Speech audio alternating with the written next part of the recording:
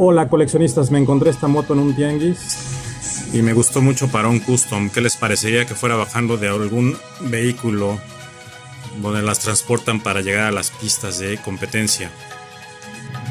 El tamaño, como podemos apreciar, es pequeño. Este es un Hot Wheels de tamaño normal y aquí está la motito. Muy bien, pues vamos a darle un poco más de realismo.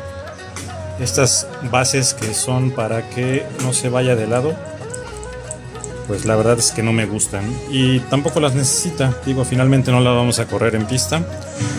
Por suerte se puede desarmar. Aparentemente aquí trae una entrada para desarmador. Y bueno, vamos a cortar esa parte y decorar un poquito el motociclista. Listo coleccionistas, ya quedó. Les platico que es una Hot Wheels del 2006. Miren, vamos a hacer un acercamiento. Ahí se alcanza a ver.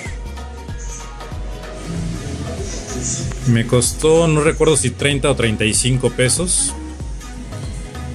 Y el cuate que me la vendió tenía otros modelos, pero se veían muy anchos. Así que solamente me traje esta porque es la que me pareció con más futuro. Pues bien coleccionistas, espero que les haya gustado este pequeño cambio. Que estén muy bien, hasta luego.